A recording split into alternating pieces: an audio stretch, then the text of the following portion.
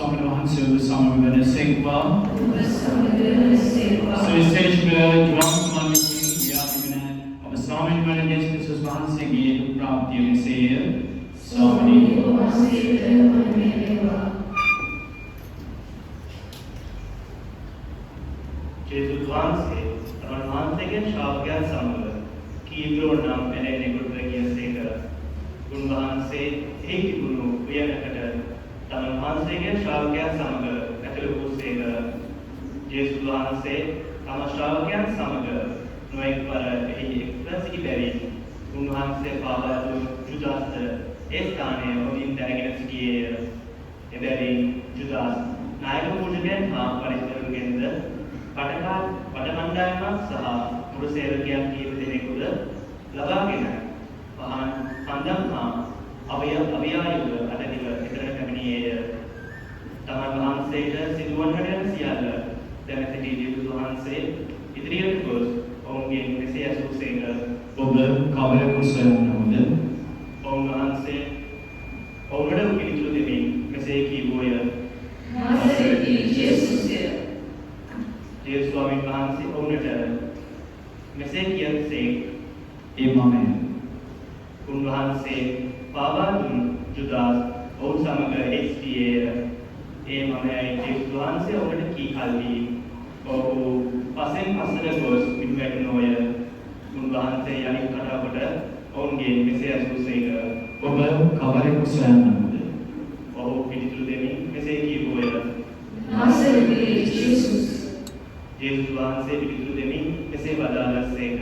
ඒ මමයි මම ඔබට කියවෙමි ඔබ මා සොයන්න වුණා මොහොත යන්නට දෙන්න. මෙසේ සිදු වූයේ ඔබ මට දුන් අයගෙන් එක්කෙනෙකුවත් නැති නොවේයයි. උන්වහන්සේ කී වචන ඉෂ්ටවන පිණිස සීමෝන් පේතුරු අත අඩුවක් තිබුණි. ඔහු එය ඇද නායක පූජකයාගේ දාසයාට ගසා ඔහුගේ කන කපා දැමීය. ඒ දාසයාගේ නම මල්කුස්ය. එවිට යේසුස් වහන්සේ පේතුරු කතා කොට මෙසේ කීසේක. ඔබේ කඩුව කුකුවේ දවන්න පියාණන් වහන්සේ මට දී දෙමින කුසලානය මම නොබොම්ද? එවිට වට කණ්ඩායම හා සේනාධිපතිද ජුදයන්ගේ මුළු සේවකයෝද යේසුස් වහන්සේ අල්ලා බැන්දෝය. ඔහු උන්වහන්සේ පළමුවෙන් අන්නාස් වෙතට ගෙන ගියෝය. මක්නිසාදය ඔහු ඒ අවුරුද්දට නායක පූජකයාව සිටි කයිෆාස්ගේ මයිලුමන් හිමි එක් මනුෂ්‍යයෙකු සෙනඟ දේශාපත් මරණයට පත්වීම වඩා හොඳයි ජුදයට උපදෙස් දුන්නේ මේ කයිෆාස්ය. සීමෝන් පේතුරු තවත් ශ්‍රාවකයෙකු සමග උන්වහන්සේ පස්සේ ගියේය. මේ ශ්‍රාවකයා නායක පූජකයා හඳුනන්නකි. ඔහු යේසුස් වහන්සේ සමග නායක පූජකයාගේ මැදුරේ මහා මළුවට ඇතුළුව පිටතට ගොස් දොරටු පාලකයට කතා කොට පේතුරුව ඇතුළට ගෙනාවේය. එවිට දොරටු පාලිය වූ තරුණිය කතා කොට මෙසේ කීවාය. ඔබත් මේ මනුෂ්‍යයාගේ ශ්‍රාවකයන්ගෙන් කෙනෙක් නොවේද? පේතුරු උත්තර දෙමින් මම ඔවුන්ගෙන් කෙනෙක් නොවෙමි. එකල සිද්ධ බැවින් මේ කරුවෝද සේවකයෝද අමුරුදා ගිනි තබමින් සිටියෝය. පේතුරුද ගිනි තබමින් එහි සිටියේය. නායක පූජකයා යේසුස් වහන්සේගේ ශ්‍රාවකයන් ගැනද උන්වහන්සේ ප්‍රශ්න කළේය.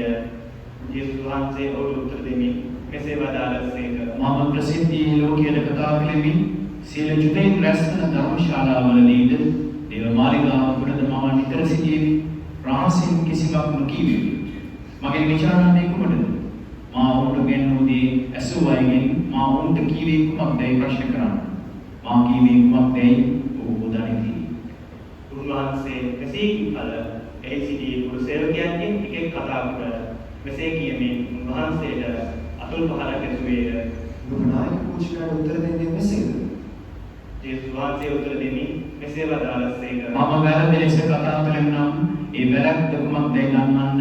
ඒත් මම නිවැරදි ලෙස කතා කළේ නම් ඔබ මට පහර දෙන්නේ මන්ද? එවිට තවමත් වතුරට සිටි උන්වහන්සේ අන්නාස් විසින් නායක පූජකයා වූ කයිෆාස් වෙතට යවනු ලැබුසේක. සීමෝන් පේතුරු ගිනි තබමින් සිටියේය. එක් අයෙකු ඔහුට කතා කොට මෙසේ ඇසුවේය. ඔබත් ඔවුන්ගේ ශ්‍රාවකයන්ගෙන් කෙනෙක්ද? ඔහු උත්තර දෙමින් නැත මම ඔවුන්ගෙන් කෙනෙක් නොවෙමි. නායක පූජකයාගේ මේ කරුවන්ගෙන් කෙනෙක් ගැඹුරු තැනැත්තාගේ න්‍යාය කතා කොට මෙසේ ඇසුවේය. ඔබ සමග වෙන්නේ සිටින දුටුවා මම නොවේද? නැවත පෙදුරු කියමේ නැත. එකිනෙහිම කුකුලා හැදලිය. ඉන්පසු ඔහු උන්වහන්සේ කයිපාස් කෙරෙන් ආණ්ඩුකාරකයා මාලිගාවේ අධිකරණ ශාලාවට ගෙන ගියෝය. එවිට උදෑසන විය. ඔහු අපවිත්‍ර නොවේ වාස්තු පැටලුව අනුභව කළ යුතු හේයින් අධිකරණ ශාලාව ඇතුළට නොගියෝය. එනිසා පිලාත් ඔවුන් පිටතට ගෙන ගොස් මෙසේ ඇසුවේය. මේ මනුෂ්‍යයා විරුද්ධව ඔබ ඉදිරිපත් කරන චෝදනාව කුමක්ද? ඔහු උත්තර දෙමින් මෙසේ කීවෝය. ඔබ අපරාධකාරයෙක් නොවේ නම් අප ඔබට බාර දෙන්නේ නැත. පිලාත් ඔවුන්ට මෙසේ කීයේය. ඔබ මොහු ගෙන ගොස් ඔබේම නීතිය අනුව නිශ්චය කරන්න. ජුදේව පිළිතුරු දෙමින් මෙසේ කීවෝය. යොමුවන්නේ පතරකට අපට බලයක් නැත. තමන් වහන්සේ කොයි ආකාරයකට මරණයෙන් නැසීතයි දනිමින් ජේසුස් වහන්සේ කී වචන සම්පූර්ණ වීම පිණිස මෙසේ සිදුවීම අවශ්‍ය විය. පිලාත් නැවත මාලිගාවේ අධිකරණ ශාලාවට ගොස් ජේසුස් වහන්සේ කැඳවා උන්වහන්සේගේ මෙසේ ඇසුවේය. ඔබ ජුදියාගේ රජුද? ජේසුස් වහන්සේ උත්තර දෙමින් මෙසේ ඇසුසේක. ඔබම මෙය කියන්නේද නැතහොත් විනාය මාගෙන ඔබට කීවෝද? පිලාත් උත්තර දෙමින් මෙසේ ඇසුවේය. මම ජුදියෙක්ද? ඔබේම ජාතිකයෝ නායක පූජකයෝ ඔබ මගේ හස්තවලට බාර දුන්නා. ඔබ කලේ කුමක්ද? ජේසුස් වහන්සේ උත්තර දෙමින් මෙසේ වදාළසේක. මාගේ රාජ්‍යය මේ ලෝකයට අයිති නොවේ.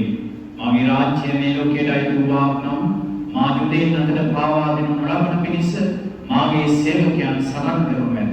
ඒත් මාගේ රාජ්‍යය මෙලොවින් වූවාක් නොවේ. පිලාත් උන්වහන්සේගෙන් මෙසේ ඇසුවේය. එසේනම් ඔබ රජෙක්ද? ජේසුස් වහන්සේ වදාළසේ ඔබම එය කියන්නේය. මම රජෙක්මි. මා උපන්නේ මා ලෝකයට අවුත් සිටින්නේ සත්‍යයට සාක්ෂි දීමට පමණකි. සත්‍යයේ වූ සියල්ලෝ මාගේ හඬ ඇහුම්කම් දෙති. එවිට පිලාත් උන්වහන්සේගෙන් මෙසේ ඇසුවේය. සත්‍ය නම් කුමක්ද? මෙසේ කියා ඔහු නැවත ජුදෙයන් වෙතට ගොස් ඔවුන්ට කතා කරමින් මෙසේ ඇසුවේය. මොහු දරුවවට තීන්දුව කිරීමට හේතුවක් මට නොවේ. ඒ පාස්කු මංගලයේදී මා විසින් යම් නිදහස් කර ලැබීම ඔබේ සිරිතක් වන්නේ. ඒ ජුදෙයන්ගේ රජු මා විසින් නිදහස් කර හරිනවට ඔබ කැමතිද? සියල්ල උපර දසමින් මෙසේ කීවෝය. ඔහුව බරබ්බාස් නිවාස කර දෙන්න. බරබ්බාස් මංගලකාරයෙක්ය. එවිට පිලාත් ජේසුස් වහන්සේගෙන උන්වහන්සේට කසවලින් තලන්නට නියම කළේය. හේවායෝ කටුවලින් තුන්නක් ගොතා උන්වහන්සේගේ හිස පිට තබා උන්වහන්සේට රත්නින් උතුසලුවක් ඇඳෙව්වෝය. ඔහු උන්වහන්සේ වෙත ඉදිරියට ගොස් මෙසේ කියමින් උන්වහන්සේට අතුල්පාර දුන්නෝය. ජුදෙයන්ගේ රජාණනි ජය වේවා. පිලාත් නැවත පිටතට ගොස් ඔවුන්ට කතා කොට මෙසේ කීවේය. ඔහු වරදට පත් කිරීමට කිසි හේතුවක් මට නොවැන්න බව ඔබ දැනගන්නා පිණිස මෙන්න මම ඔහු ඔබ වෙතට ගෙනාවෙමි. එවිට ස්වාමීන් වහන්සේ පටෝ දුන්නද රත්නිල් උතුරු සලුවක් ධර්මයෙන් පිටතට ආසේක. පිලාත් කතා කොට මෙසේ කීවේය. මෙන්න මේ මනුෂ්‍යයා උන්වහන්සේ පුදුකාල නායක පූජකයෝද මුළු සේවකයෝද මෙසේ මොර ගැසුවෝය.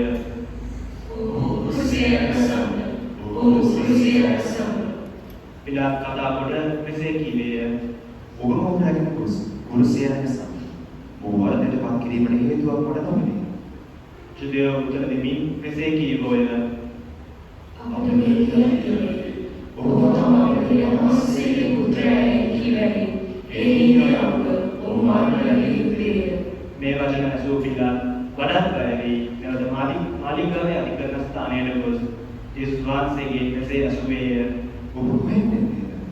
ජේසුස් වහන්සේ ඔහුට කිසි උත්තරයක් දුන්නේසේක. එවිට පිලාත් උන්වහන්සේට කතා කොට මෙසේ කීවේය. ඔබ මට පිළිතුරක් දෙන්නේ. ඔබ මුදා හැරෙන්නට බලයද? ඔබේ කුරුසියනක සිට බලයද? මට ඇති බව ඔබ දන්නේද? ජේසුස් වහන්සේ උත්තර දෙමින් මෙසේ වදාළසේක. දෙවිඳුන් ඔබට නොදැනලා තේනම් මා පිට ඔබට කිසි බලයක් නැත. තවද ඔබට මා පාවා දුන් තැනැත්තාගේ පාපය වඩාත් බරපතලය. මේ මොහොතේ පටන් පිලාත් උන්වහන්සේ නිදහස් කරන්නට සිටිය. ඒ ජුදෙයෝ මරදසමින් මෙසේ කීවෝය. ඔබ මුදා හැරෙන්නේ නම්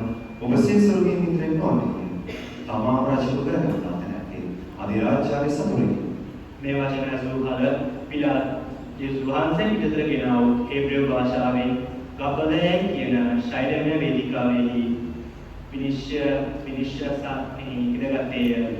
එවිට පාස්කු සූදානම් කිරීමේ දවස මත්දහම් වේලාව වන විය. පිලාත් ජුදේරට කතා කොට මෙසේ කීවේය. මෙන්න ඔබේ රජු. ඔහු මෙසේ මුරගැස්වෝය. ඔහු කුරුසියේ නැගසද. පිලාත් ඔවුන්ගෙන් මෙසේ ඇසුවේය. ඔබේ රජු කුරුසියේ නැගසන්නේ. නායක පූජකයා උත්තර දෙමින් මෙසේ කීවෝය. එවිට පිලාත් උන්වහන්සේ කුරුසෙහි නැගසු ලබන පිණිස ඔවුන්ට බාර දුන්නේය. එවිට ඔහු යේසුස් වහන්සේගෙන් ගියෝය. උන්වහන්සේම කුරුසෙ උසුලාගෙන නුවරින් පිටත් හේබ්‍රේව භාෂාවෙන් ගොල්ගොතයි කියන කපාලන ස්ථානයට ගියසේක. එහිදී ඔහු උන්වහන්සේ කුරුසෙහි නැගසුවෝය. උන්වහන්සේ සමග තවත් දෙදෙනෙකු දෙපසින්ද උන්වහන්සේව මැදිව සිටිනසේ නැගසුව. තවද පිලාත් දැන්වීම් පත්‍රයක් පිළියෙල කොට කුරුසේ මස්තෙහි තැබීය. යේසුස් නාසරෙතේ ජුදයන්ගේ රජයයි ලියා තිබුණේය. යේසුස් වහන්සේ කුරුසේ නැගසු ලැබූ ස්ථානය නුවර නුතුරින් වූ බැවින් ජුදයන්ගේ බොහෝ දෙනෙක් ඒ දැන්වීම් පත්‍රය කියවෝය. හේබ්‍රේව ලතින් ග්‍රීක යන භාෂාවලින් ලියා තිබුණේ. ඒ ජුදයන්ගේ නායක පූජකයෝ පිලාත් කතා කොට මෙසේ කියවෝය. ජුදයන්ගේ රජය නොනිද? මම ජුදයන්ගේ රජෙමි. මේ මනුෂ්‍යයා කීවේය. පිලාත් උත්තර දෙමින් මෙසේ කීයේය. මා ලියුදේ ලියුවමයි. ඒවාය යේසුස් වහන්සේ කුරුසේ නැගසූ පසු උන්වහන්සේගේ වස්ත්‍ර රැගෙන එක හේවායේ කොටස බැගින් කොටස් හතරකට බෙදාගත්. ඔහු උන්වහන්සේගේ සලුව ගත්තෝය. මේ සලුව මුඩ්බක් නැතිව උඩ පටන් පහළට එක කැබැල්ලක් සේ ලියා තිබුණේය. එබැවින් ඔහු එකිනෙකාට කතා කොට මෙසේ කීවෝය. ඒ නොයිදා කවරෙකුට වේදයි දැනගන්නවා පිණිස අපි දාගමු. මෙසේ වූයේ මාගේ වස්ත්‍ර උන් අතරේ බෙදාගෙන මාගේ සලුව පිණිස දාගමු යන සුද්ධෝ ලියුණු වාක්‍ය සම්පූර්ණ කරන සඳහාය. ඒවාය මෙසේ කළෝය. යේසුස් වහන්සේගේ මෑණියන්ගේ සහෝදරයා වන ක්ලෙයාපාස්ගේ භාර්යාව වූ මරියාද මග්දලාගේ මරියාද උන්වහන්සේ කුරුසේ ළඟ සිටියෝය. එවිට යේසුස් වහන්සේ තම මෑණියන්ට එතුමිය ළඟ සිටි තම ප්‍රේම කළ ශ්‍රාවකයාට දැක මෑණියන්ට මෙසේ කීසේක. ස්ත්‍රිය මෙන්න ඔබේ පුත්‍රයා. ඉන්පසු ශ්‍රාවකයාට කතා කොට මේ ඔබේ මෑණියෝ. ඒ මොහොතේ පටන් ශ්‍රාවකයා තම ගෙදරට එතුමිය පිළිගත්තේය. ඉන්පසු යේසුස් වහන්සේ සියල්ල නිමු බව දැක සුද්ධෝ ලියවිලි වාක්‍ය සම්පූර්ණ වන පිණිස මෙසේ කීසේක. මම පිපාසයෙන් සිටිමි. එහි කාඩියෙන් පිරුණු වාචනයක් තිබුණේය. එබැවින් ඔහු කාඩියෙන් පොකවන ලද කුඩු හත්තක් හිසොප් දණ්ඩක ගසා උන්වහන්සේගේ මුඛයට ලං කළෝය. යේසුස් ස්වාමීන් වහන්සේ මේ කාඩියෙන් ගත් පසු මෙසේ වදාළසේක. සියල්ල අවසන් විය. උන්වහන්සේ නම ස්වර්ගීය ප්‍රාණය බාරදුන්සේක. ඔසෙදනා මොලතරන් ගසමු.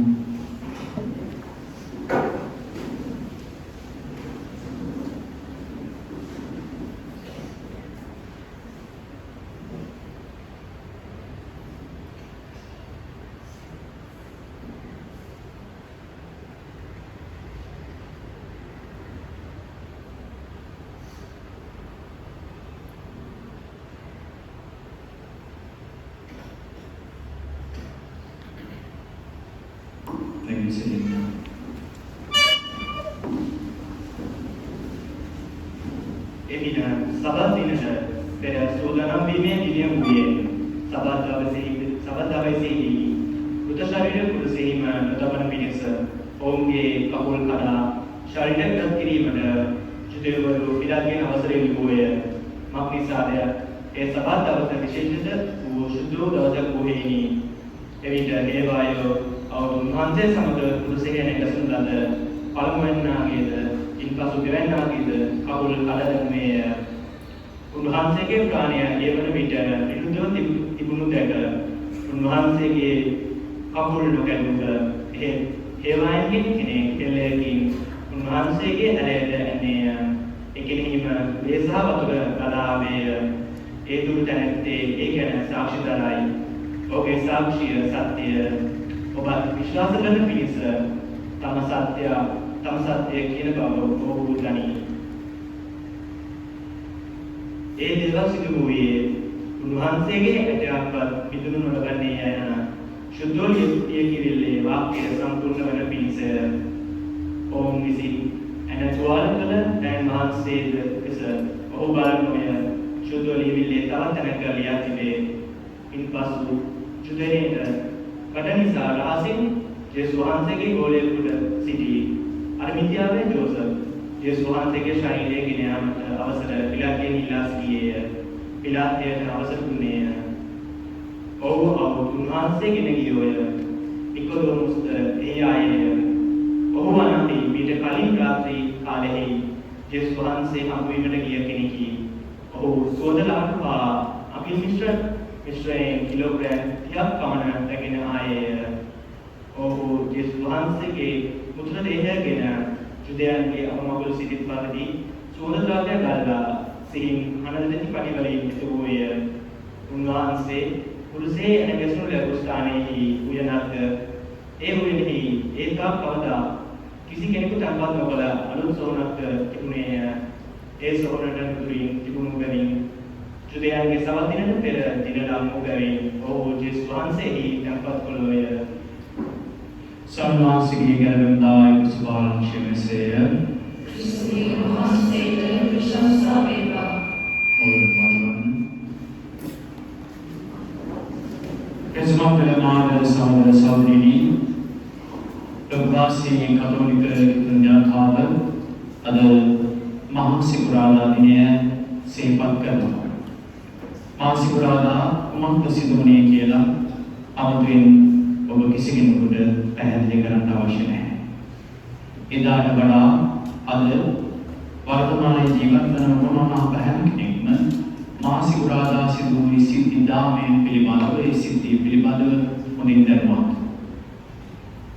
අද මේ මාසිකුරාදා දින ස්වාමීන් වහන්සේගේ දුක් ප්‍රාප්තියට සහභාගී වූ සමන් දුන් ජෝම්තුමාගේ අවශ්‍ය දරාගත යුතු ප්‍රධාන කරුණ වහන්සේ මේ ලෝකයේ තුල ජීවත් වෙද්දී උන්වහන්සේ සියල්ලන්ට ආදරය කළා. අසීමිත ආදරය කළා. උන්වහන්සේගේ ආදරය අසීමාන්තික ආදරයක්. ඒ ආදරයේ මිල උන්වහන්සේ ගිව්වේ කුරුසයට අධිගති කෑල්ල කුරුසපත් වෙමින්. එනිසා ඔබ කවුරුන් හෝ ස්වාමීන් වහන්සේගෙන් නැහුවොත් ජේසුස් වහන්සේ මට කොච්චර ආදරේද කියලා උන්වහන්සේ අද අධික වහන්සේගේ දිගෑරලා කුරුසිය මත ඉන්නා වූ ආකාරය වහන්සේ පැහැදිලි කරා. වහන්සේ චිරට අප හැම දිනකට මනුෂ්‍යත්වයට මනුෂ්‍යත්ව ආදරය කළා. නමුත් ඒ මිනිසුන්ම එදා ඒ ආදරයේ ස්වාමියාණන්ම එනතුනකින් කුරුසිය ගෙල්ලුවා. හැබැයි ඒ එනතුනකින් කුරුසිය ගෙල්ලුව ස්වාමීන් වහන්සේ එදා පරාජය සලකුණක් වූ ඒ කුරුසිය එදා පරාජයේ මිනිසුන් සමාජයෙන් කුණුකරපු මිනිසුන් එනගැසුවා ගොල්ගොතාව ජයග්‍රහණයේ කඳුමුදුනක් බවට කුරුසිය ජයග්‍රහණයේ සංකේතයක් බවට පෙරළුවා. එනිසායි අද ඔබ මම කවුරු හරි කුරුසිය කරේ පැලඳගෙන ඉන්නවා නම් ඒ කුරුසිය කරේ පැලඳගෙන ඉන්නේ. අපි කවදාවත් දැන් ස්ටයිල් එකට සමාන වෙලාවට ඒ දේවල් කරනවා වෙන්න පුළුවන්. කවදාවත් මිනිඔරුවක් කරේ පැලඳගන්නේ නැහැ. මිනිඔරුවක හැඩතල දිනේම කරේ පැලඳ ගන්නවා.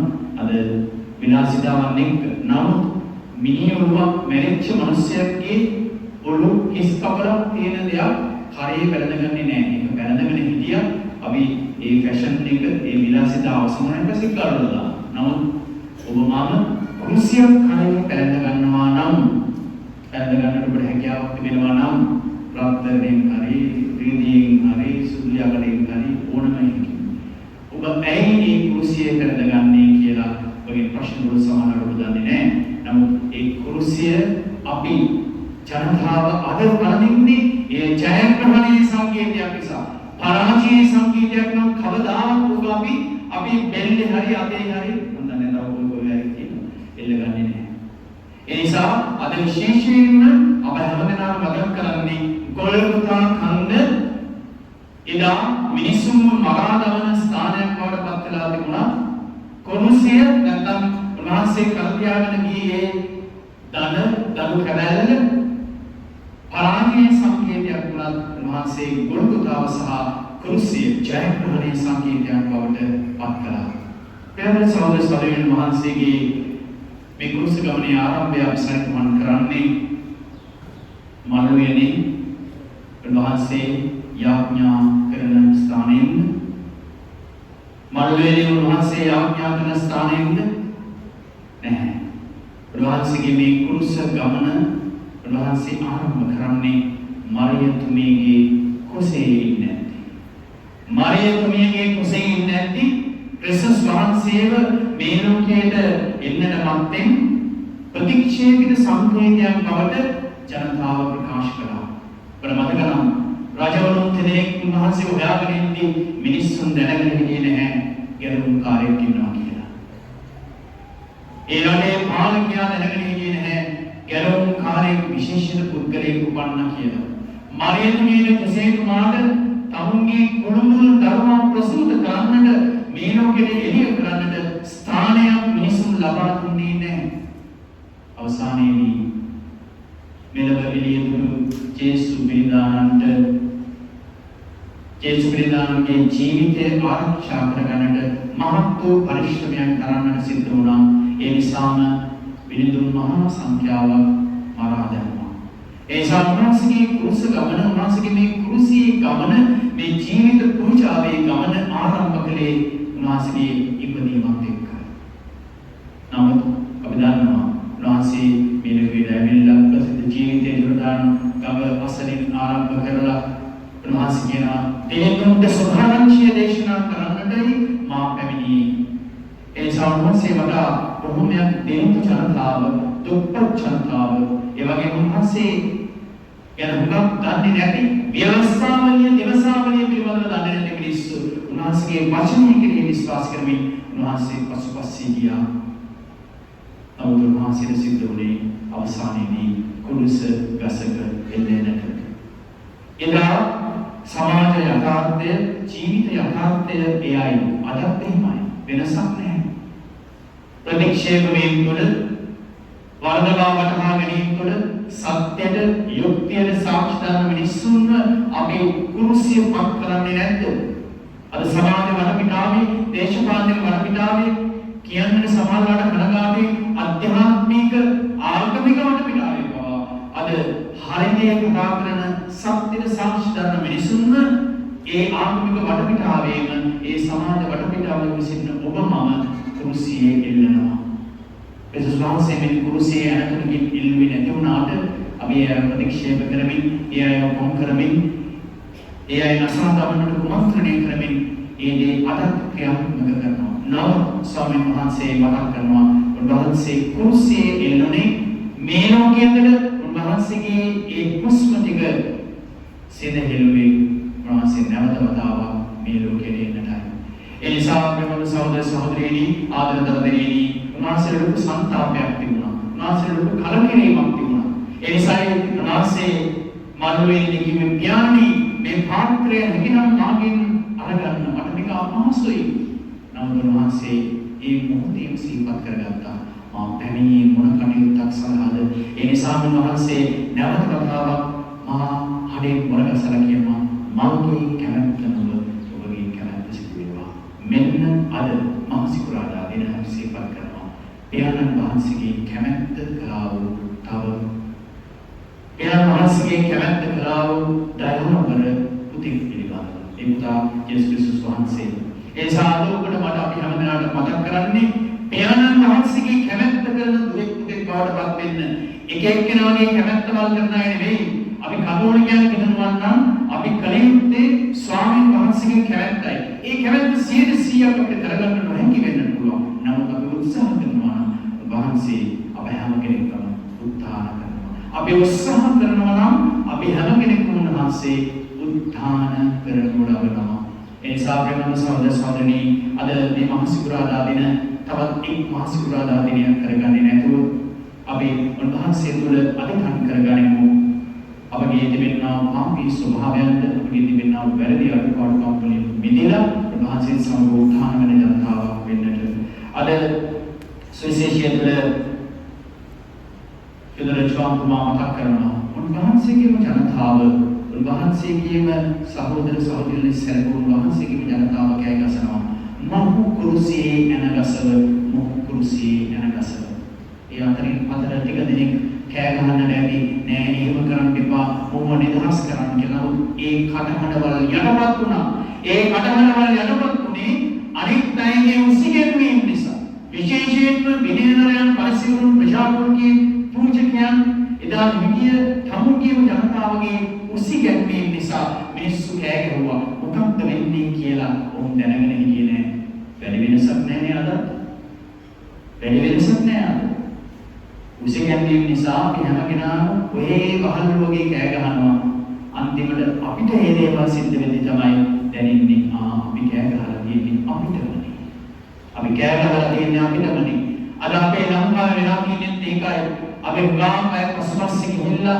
අන් අයගේ බෙර බවටපත් වෙලා පහළු බවටපත් වෙලා කෑ ගැහුවා අවසානයේදී දැන් තේරෙනවා අපි අපිටමයි කෑ ගහලා තියෙන්නේ කියලා එදත් එහෙමයි විශේෂයෙන්ම අන්නාස් කයිපාස් යන ඒ ප්‍රධාන පූජකයන් පරිසුණු මිනින්දරයන් දැනගෙන හිටියා මේ ඉන්නේ සැබවින්ම ගැලවුම් කාර්යය නමුත් ඔහු කියන දේ ඔවුන්ට නැවත වතාවක් පාරාවල් කරන නිසා උරුමරංගයක් වෙන නිසා ඔවුන්ගේ තන ආරක්ෂා කරගන්නට උත්සාහ කළා ඒ සාපේම සහෝදර සහෝදරනි අද ඔබයි මමයි අපි හැම කෙනෙක්ම නැවත වතාවක් අද සමාජය තුළ ජේසුව අල්ලලා කුරුසියට ගහනවාද නැත්නම් වහන්සේ වගේ කුරුසියෙන් බිමට දානවාද ඒ කිරීමේ වගකීම පැවරෙන්නේ ඔබටයි මටයි අද වර්තමාන සමාජයේ ඒ නිසා ස්වාමීන් වහන්සේ මේ මහ සිකුරාදා දින ඔබට මම මතක් කරන්නේ ඔබවහන්සේගේ මේ ප්‍රේමී යාගය සිදු කළේ ඔබ මා වෙනුවෙන්